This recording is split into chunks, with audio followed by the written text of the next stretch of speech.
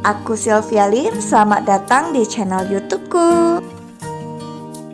Halo guys, jadi di video kali ini aku tujuannya untuk sharing pengalaman aku. Jadi udah 3 hari setelah anak aku demam ya. Ini udah hari ketiga anak aku setelah demam. Jadi tujuannya itu aku mau kasih tahu kalau aku itu melakukan penanganan pertama atau pertolongan pertama untuk anak aku waktu demam tuh kayak gimana sih gitu kan. Jadi buat ibu-ibu yang baru punya anak boleh banget nih nontonin video ini. Kan biasanya anak tuh bisa aja tiba-tiba demam waktu tengah malam atau mungkin waktu subuh. Nah biasanya kalau jam-jam segitu kan dokter belum ada ya. Jadi kita bisa melakukan beberapa tips ini supaya demamnya anak tuh tidak langsung tinggi banget gitu, atau kayak supaya meringankan gejalanya bisa aja gitu ya. Jadi ini hal yang aku lakukan sebelum aku ke dokter gitu. Jadi tolong nonton videonya jangan di skip-skip ya Bu, supaya nggak ada yang kelewat atau yang kemis dari info yang bakal aku kasih. Dan tolong bantu aku dong dengan klik tombol like di video ini supaya makin banyak yang nonton video ini dan aku makin semangat bikin kontennya, yang pastinya konten yang bermanfaat ya. Dan terus jangan lupa klik tombol subscribe-nya, karena subscribe itu gratis, tidak berbayar. Dan klik tanda loncengnya supaya kalau nanti aku ada upload video terbaru, ibu-ibu sekalian atau teman-teman sekalian tuh bisa dapat notifikasi. Jadi kalian gak ketinggalan sama video terbaru dari aku gitu. Dan tolong jangan lupa di share ke seluruh sosial media yang teman-teman punya, supaya teman-teman yang lain bisa juga tertolong dengan nontonin video ini. Oke, jadi kita langsung masuk ke inti videonya. Oke, jadi hal pertama yang harus kalian perhatikan saat kalian sudah mau punya anak atau sudah punya anak, kalian itu pertama harus punya termometer. Ini penting banget. Kalian tuh nggak bisa ukur suhu anak tuh sekedar ditaruh kayak gini. Kalian kan nggak tahu ya, pastinya suhunya itu berapa gitu kan, cuma kayak kira-kira. Jadi kalian harus punya termometer gitu ya. Jadi anak aku tuh mendadak subuh gitu sekitar jam 4 demam tinggi di angka 39 derajat. Jadi itu tuh aku kayak shock gitu karena panasnya tuh langsung tinggi banget. Yang kedua, kalian harus sediain paracetamol di rumah. Kalau misalnya posisi kalian punya bayi, berarti kalian harus sediain paracetamol yang sirup yang bisa dikonsumsi oleh bayi. Nah, sedangkan posisinya anak aku udah gede, udah 4 tahun. Jadi di rumah aku sediain paracetamol dalam bentuk tablet. Sebenarnya aku sebelumnya juga ada sediain paracetamol sirup dan udah pernah diminum. Nah, ada dokter yang menyarankan kalau obat sirup yang habis diminum boleh simpan di chiller kulkas gitu.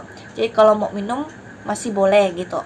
Tapi ada juga dokter yang menyarankan kalau obat sirup itu kalau udah dibuka lebih baik dibuang gitu. Jadi berhubung 2 bulan yang lalu memang aku ada obat sirup yang paracetamol, tapi udah aku buang karena itu udah kebuka gitu ya. Jadi aku lebih pilih amannya aja gitu. Aku buang, terus aku sediain paracetamol tablet. Nah, berhubung paracetamol tablet yang ada di rumahku itu usia paling kecilnya itu adalah 6 tahun ya, di aturan pakainya 6 tahun itu boleh minum setengah tablet, dan anakku usianya 4 tahun.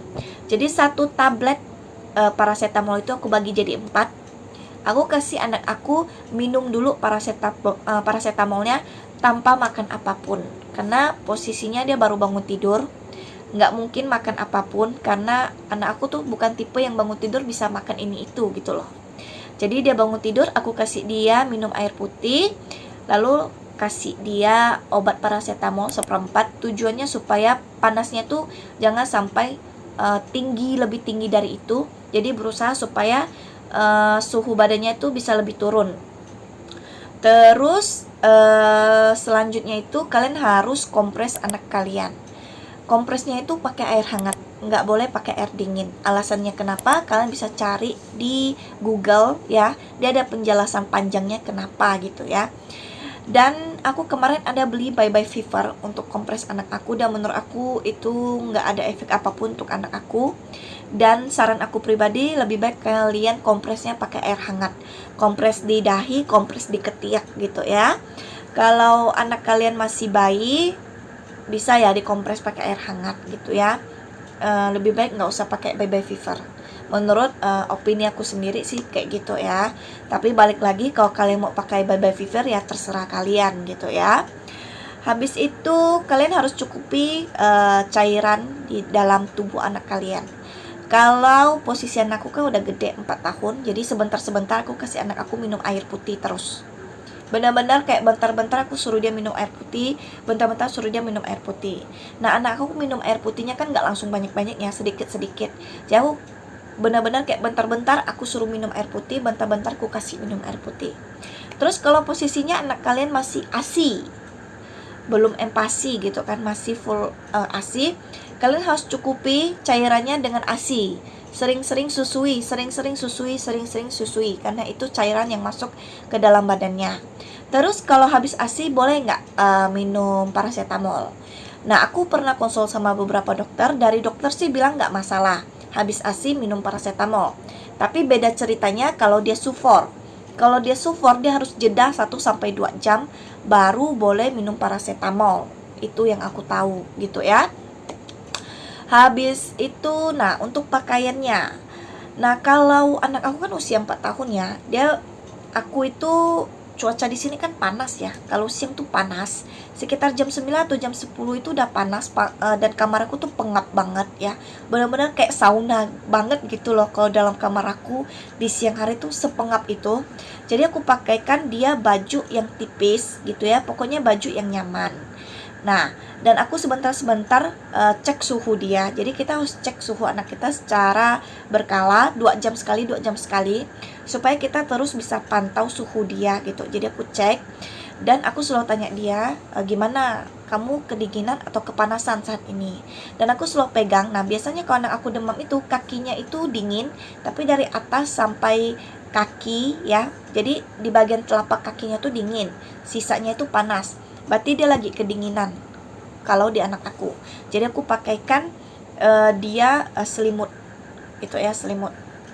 Atau aku ganti pakaiannya dengan baju lengan panjang, celana panjang, tapi bahannya itu bukan yang tebal, tapi yang tipis gitu. Terus aku pakaiin kaos kaki dan aku pakaiin selimut. Kalau posisi dia memang lagi kedinginan walaupun di siang hari. Karena memang kan biasa kalau orang lagi demam itu suhunya panas tapi meriang, kita kan kedinginan gitu. Padahal suhu di badan kita tuh panas banget gitu.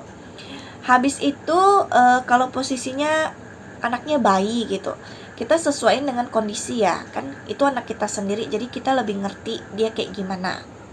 Pandai-pandai kita cek suhunya, terus kita pegang kakinya, tangannya, badannya gimana gitu. Apakah full semuanya panas? Kalau memang full semuanya panas, jangan pakaikan dia baju yang tebal ataupun yang semuanya lengan panjang terus ditutup selimut yang tebal.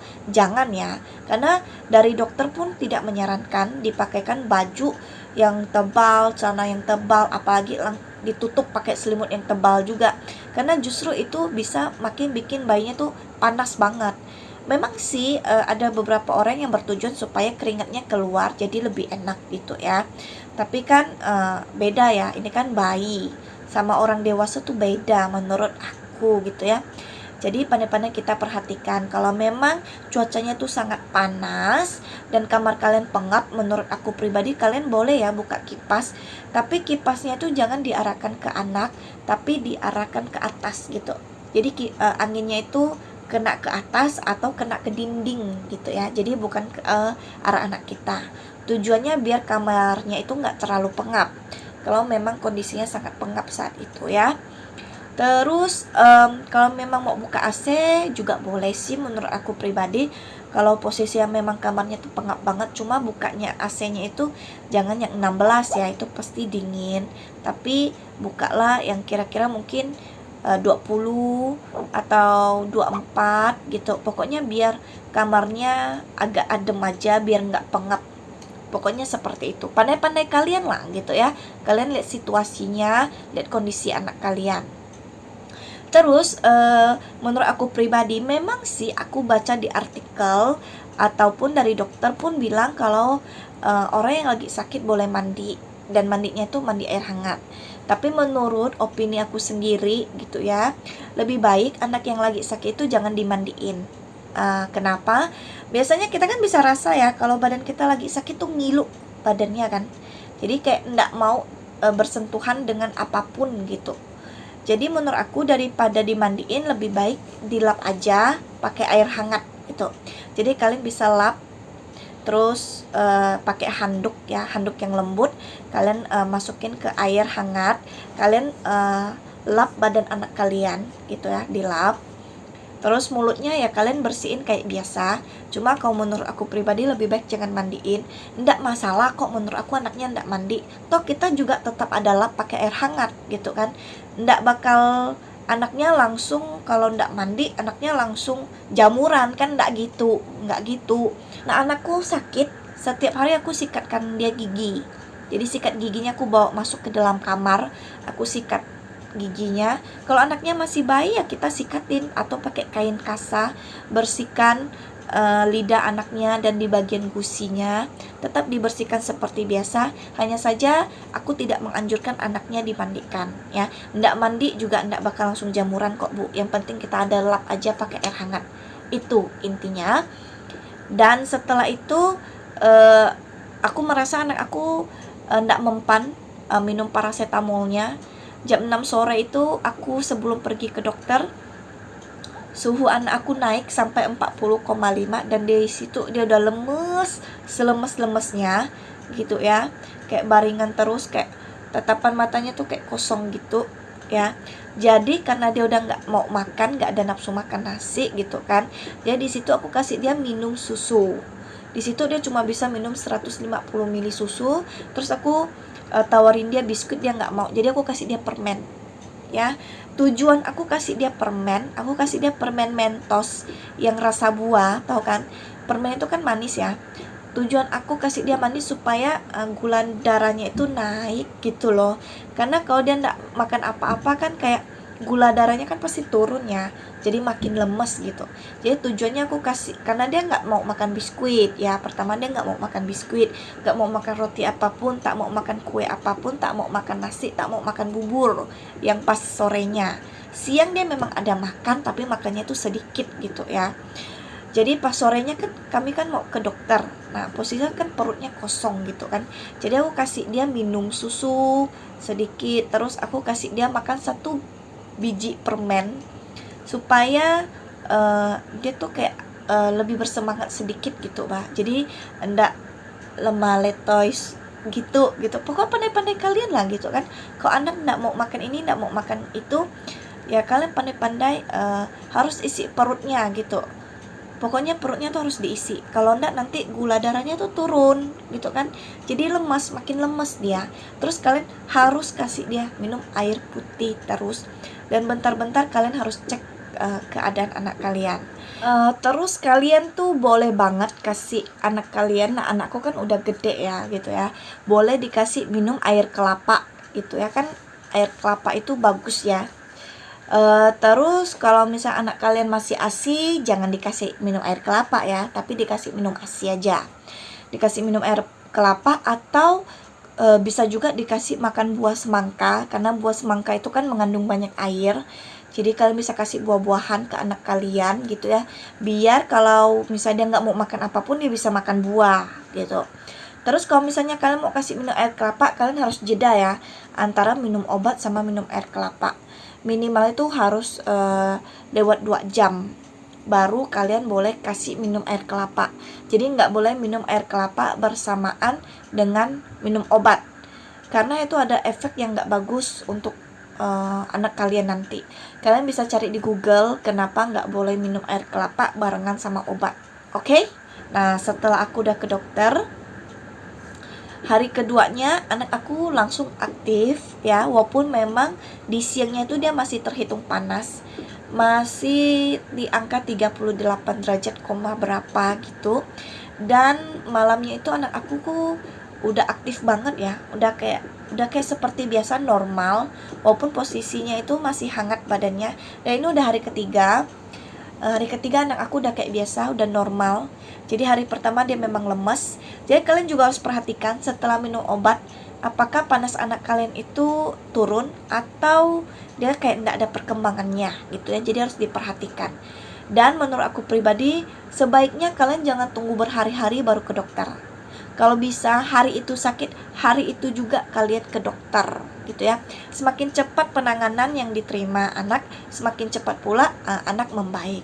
Nah biasanya itu kalau cuma minum obat demam kayak paracetamol itu agak susah ya anak turunnya, dan harus dibarengi dengan antibiotik baru anak itu demamnya bisa lebih cepat turun gitu kan. Jadi antibiotik itu harus diresepkan dokter gitu ya. Jadi nggak boleh sembarangan kita beli sendiri. Oke, selanjutnya, nah ini menurut kepercayaan orang Tionghoa ya gitu ya. Nggak tahu deh semua orang Tionghoa atau cuma beberapa orang Tionghoa. Jadi kalau anak lagi sakit itu akan lebih baik anak tuh pada saat dia sakit dia harus ada gitu ya.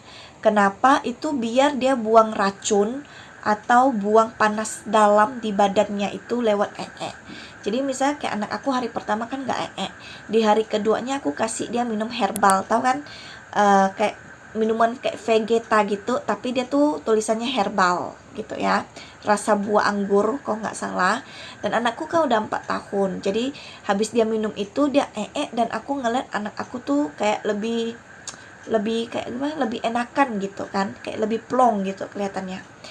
Nah kalau misalnya anak kalian masih bayi, kalian bisa kasih dia makan buah kayak buah pepaya atau buah naga gitu. Tapi kalau dia masih ASI, kalian konsultasi dulu aja ke dokter. Apakah bisa pakai obat Microlex? Tahu kan kayak Microlex itu obat yang dimasukin ke dubur. Aku nggak tahu tuh obat itu boleh dipakai bayi atau enggak. Dan seberapa banyak aturan pakainya aku juga nggak tahu. Jadi kalian tinggal cari tahu, tanya sama dokter, cari di Google atau tanya apoteker, terserah kalian. Tapi menurut aku pribadi, kalau anak lagi sakit lebih baik dia harus pada saat dia sakit. Dan menurut aku pribadi dari beberapa kali anak aku demam, dan setelah tuh memang kondisinya lebih baik gitu ya. Tapi ini balik lagi ke kalian mau percaya atau enggak gitu. Oke, segitu aja isi video aku. Semoga video ini bermanfaat ya. Jadi itu yang aku lakukan saat anak aku lagi sakit. Bye.